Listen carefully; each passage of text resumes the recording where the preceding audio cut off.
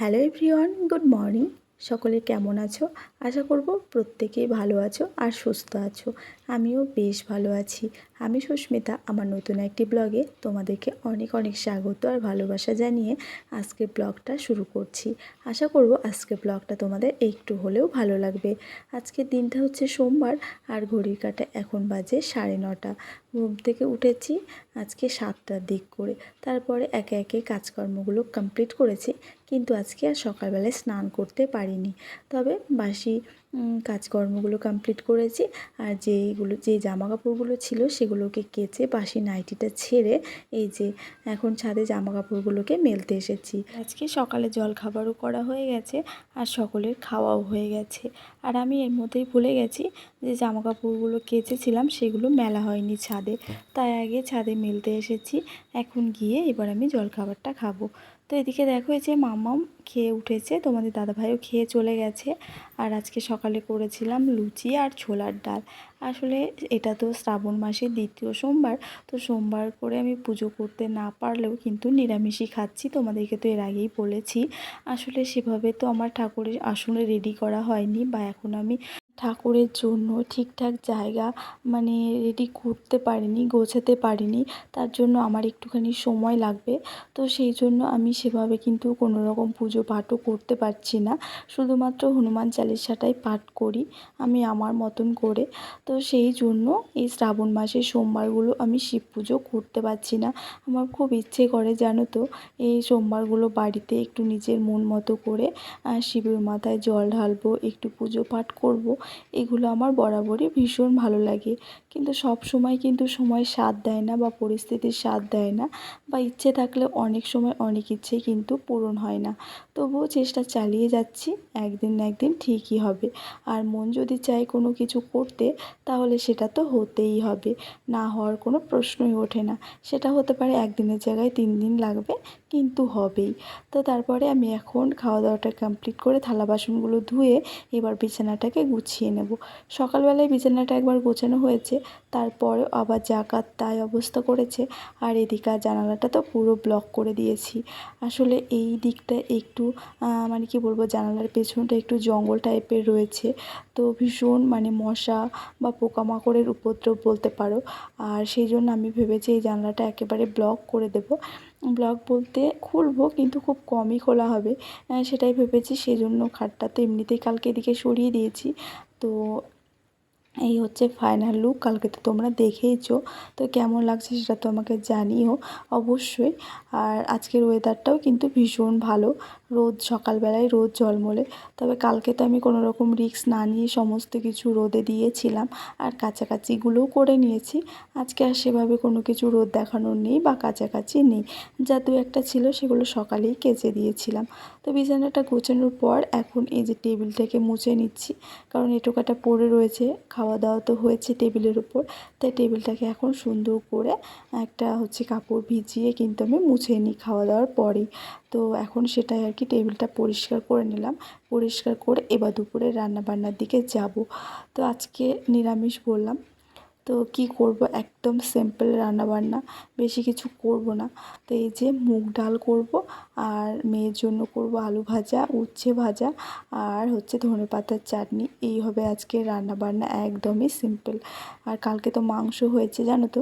কালকে মাংসটা খাওয়ার পর বলতে কি, আমরা তো ঠিকঠাকই খেয়েছি, কিন্তু মাম্মাম যে সবথেকে বেশি চিকেন পছন্দ করে, এবং আমাদের বাড়িতে যার জন্য বেশি চিকেন আনা হয়, একদিনের জায়গায় 2 দিন বা 2 দিনের জায়গায় 3 দিন, তো সেটা হচ্ছে মাম্মাম। ওই কালকে সারাটা দিন চিকেন একদমই খায়নি, যা 2-1 বার মুখে দিয়েছে, কেন জানি না একদমই চিকেনটা খেতেই চায়নি কালকে। তো ভাবছি, বললাম ওকে, আমি একটু বকাবকি করছিলাম যে চিকেনটা এমনি বরাবরই এখন আর ভালো লাগে না। আগে তো খুব পছন্দ করতাম, আমরাও একটা সময় ছিল, কিন্তু এখন সত্যি আর ভালো লাগে না চিকেনটা খেতে।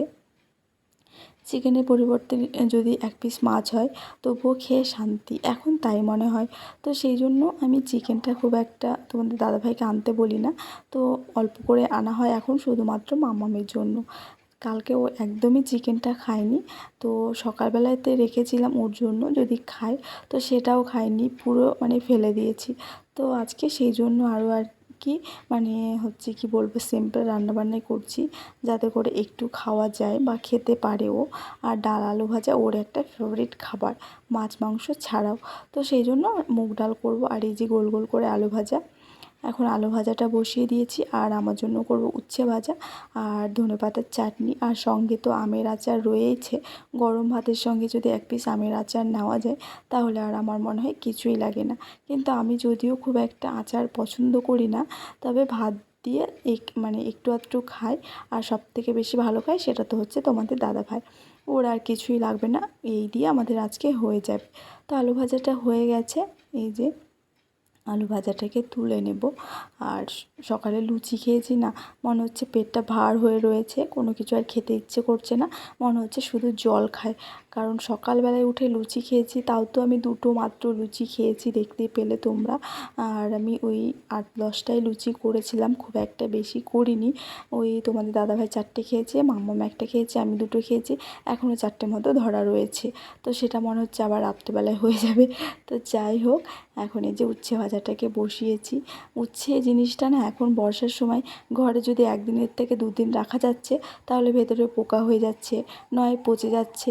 তো এর আগের বার মানে আগের সপ্তাহে তোমার দাদাভাই বাজার থেকে উচ্ছে এনেছিল, সেটা ধরো মঙ্গলবার পড়েছিল, আর মঙ্গলবারে আমি তেতো খাই না, তো সেই জন্য আমি করেছিলাম না।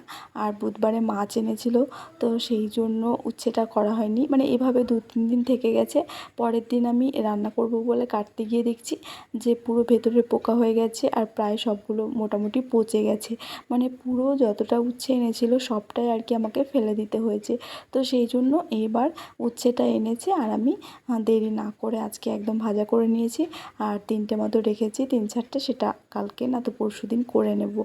আর এবার অল্প করে সবজি আনতে বলেছি, কারণ ঘরে সবজি এনে মানে কি বলবো, ফ্রিজ না থাকলে এই এক প্রবলেম, একটু যে বেশি করে এনে রাখবো তার আর কিন্তু উপায় নেই, হয় নষ্ট হয়ে যায়, নয় শুকিয়ে যায়, পচে যায়, এই রকমই হয়। তো ফ্রিজটা খুব তাড়াতাড়ি নেওয়ার ইচ্ছে আছে, জানি না মানে কোন দিক দিয়ে কিভাবে নেব। মানে যখনই একটু ভাবতে যাই এটা করব ওটা করব, তখনই কোনো না কোনো একটা বিপদ হয়ে যায় বা বাধা এসে দাঁড়ায়। মানে কেন যে এগুলো হয় আমি সত্যিই বুঝতে পারছি না। তবে জানো তো, আমি মাঝে মধ্যে ভাবি যে আমাদের পরিস্থিতি সত্যিই কতটা খারাপ।